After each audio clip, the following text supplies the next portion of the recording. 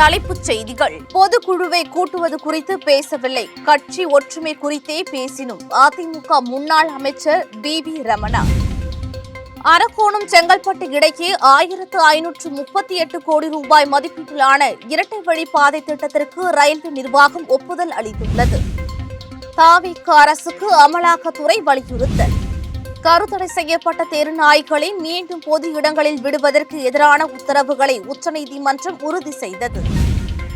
திருச்சி கிழக்கு தொகுதிக்கு விரைவில் இடைத்தேர்தல், வேட்பாளர் யார்? முதல்வர் விஜய் ஆலோசனை. விரிவான செய்திகள்.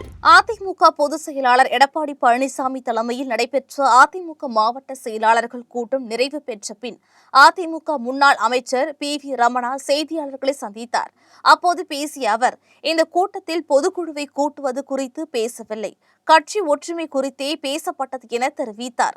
வேலுமணி தரப்பை சேர்ந்த 28 மாவட்ட செயலாளர்கள் அதிமுகவில் இருந்து நீக்கப்பட்ட நிலையில் இந்த ஆலோசனை மேற்கொள்ளப்பட்டது குறிப்பிடத்தக்கது.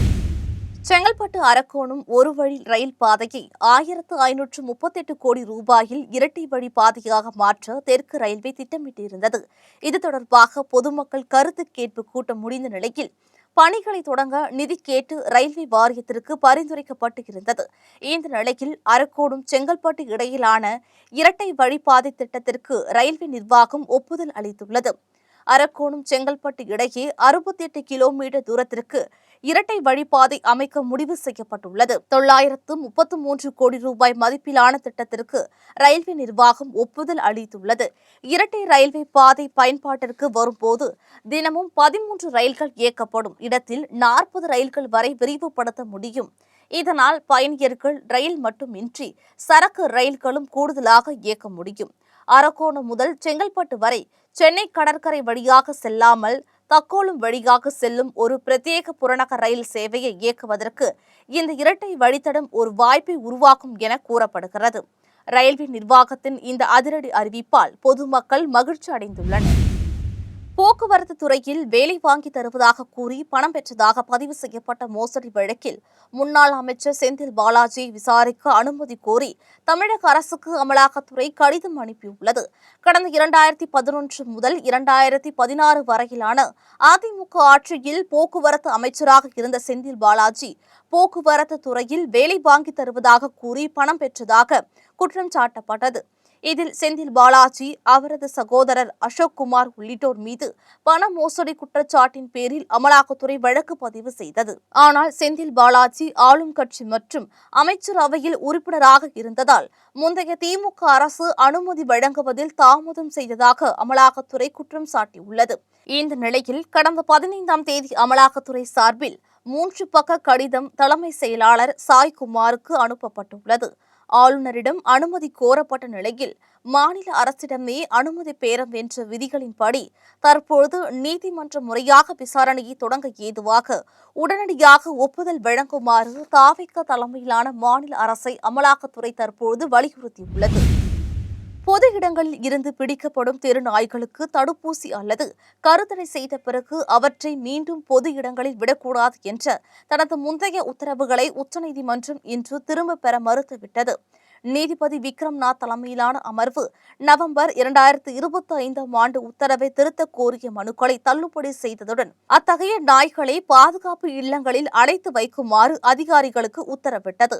குழந்தைகள், முதியவர்கள் மற்றும் பயணிகள் மீது நாய்கள் தாக்குதல் மிகவும் கவலையளிக்கும் சம்பவங்களை சுட்டிக்காட்டிய நீதிமன்றம் இந்த அச்சுறுத்தல் விமான நிலையங்கள் மற்றும் குடியிருப்பு பகுதிகள் உள்ளிட்ட முக்கிய பொது இடங்களை எட்டியுள்ளதாக கூறியது. இந்த உத்தரவுகளை செயல்படுத்த தவறும் அதிகாரிகள் நீதிமன்ற அவமதிப்பு மற்றும் ஒழுங்கு நடவடிக்கையை எதிர்கொள்ள நேரிடும் என்று அந்த அமர்வு எச்சரித்தது.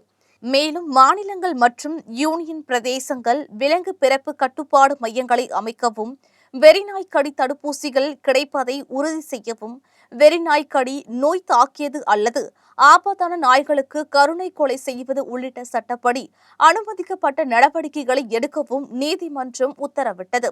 உயர்நீதிமன்றங்கள் தாமாக முன்வந்து வழக்குகள் மூலம் இந்த உத்தரவுகள் பின்பற்றப்படுவதை கண்காணிக்க வேண்டும் என்றும் கேட்டுக் கொள்ளப்பட்டுள்ளது.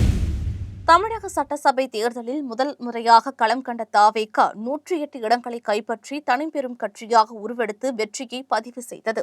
காங்கிரஸ், கம்யூனிஸ்டுகள், விடுதலை சிறுத்தைகள் ஆகிய கட்சிகளின் ஆதரவுடன் தமிழக முதல் அமைச்சராக விஜய் பதவியேற்றிருக்கிறார். பெரம்பூர், திருச்சி கிழக்கு ஆகிய தொகுதியில் போட்டியிட்டு வெற்றி பெற்ற முதலமைச்சர் விஜய் திருச்சி கிழக்கு தொகுதி எம்எல்ஏ பதவியை ராஜினாமா செய்துள்ளார். அந்த தொகுதிக்கு விரைவில் இடைத்தேர்தல் நடைபெறவுள்ளது. இடைத்தேர்தலில் யாரை நிறுத்துவது என்பது குறித்து முதலமைச்சர் விஜய் ஆலோசனை நடத்தி வருகிறார். இதற்கிடையே அதிமுகவை சேர்ந்த சி.வி. சண்முகம் மயிலம் தொகுதியில் போட்டியிட்டு வெற்றி பெற்றதால் அவர் வகித்து வந்த மாநிலங்களவை எம்பி பதவியை ராஜினாமா செய்துள்ளார். எனவே அந்த இடம் காலியானதாக அறிவிக்கப்பட்டுள்ளது. எனவே அந்த இடத்திற்கு மாநிலங்களவை எம்பியை நியமனம் செய்ய விரைவில் அறிவிப்பு வெளியாக உள்ளது. அந்த அறிவிப்பு வரும் பட்சத்தில் தமிழக சட்டசபையில் பெரும்பான்மையான எம்எல்ஏக்களை கொண்ட தாவேகாவுக்கு அந்த ஒரு உறுப்பினர் பதவி கிடைக்கும்.